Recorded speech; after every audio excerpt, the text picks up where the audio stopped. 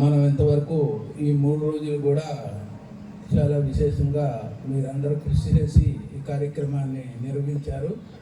మీ అందరికీ కూడా ధన్యవాదాలు.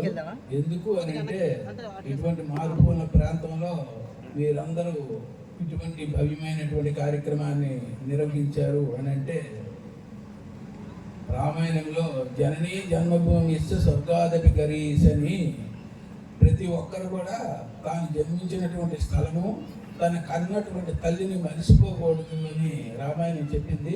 కానీ నేను మాత్రం ఎప్పుడో సంవత్సరానికి ఒకసారి 2 సంవత్సరాలకు ఒకసారి నేను మర్చిపోయినాను. కానీ మీరందరూ కూడా మరవకుండా ఉండడం అనేది చాలా విశేషము. ఈ విధంగా ఇటువంటి కార్యక్రమాలని నిర్వహించుకునేటటువంటి శక్తిని భగవంతుని మీ అందరికీ అనుగ్రహించి ఆశీర్వదించుదురు కాక. శ్రీమాన్ మల్లపూడి సత్యనారాయణ గారు విశాఖపట్నం వాస్తవులు. వారు తిరుమల తిరుపతి దేవస్థానం జిల్లా విశాఖపట్నం జిల్లా కోఆర్డినేటర్గా ఉన్నారు.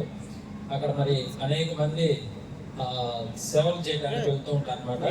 ఇలా తిరుపతి దేవస్థానాలతో మాట్లాడి బృందాలుగా అక్కడ పంపించడం, వాళ్ళు అక్కడ వారం రోజులు 5 రోజులు 10 రోజులు వారి అనుకూలాన్ని బట్టి వారికి వసతి భోజనం ఏర్పాటు చేసి అక్కడ సేవలు అందిస్తుంటారు భక్తులు. ఈ విధంగా వారు అనేక కార్యక్రమాల్లో అక్కడ విశాఖపట్నంలో జరిగే అనేక కార్యక్రమాల్లో ముందు ఉంటూ ఉంటారు ఆధ్యాత్మిక మార్గంలో. అలాగే వ్యాసాశ్రమాన్ని కూడా వివిధ సేవలు అందిస్తుంటారు. వారు ఇప్పుడు పరమాత్మ స్వామి వారిని చక్కగా సన్మానం చేస్తారు.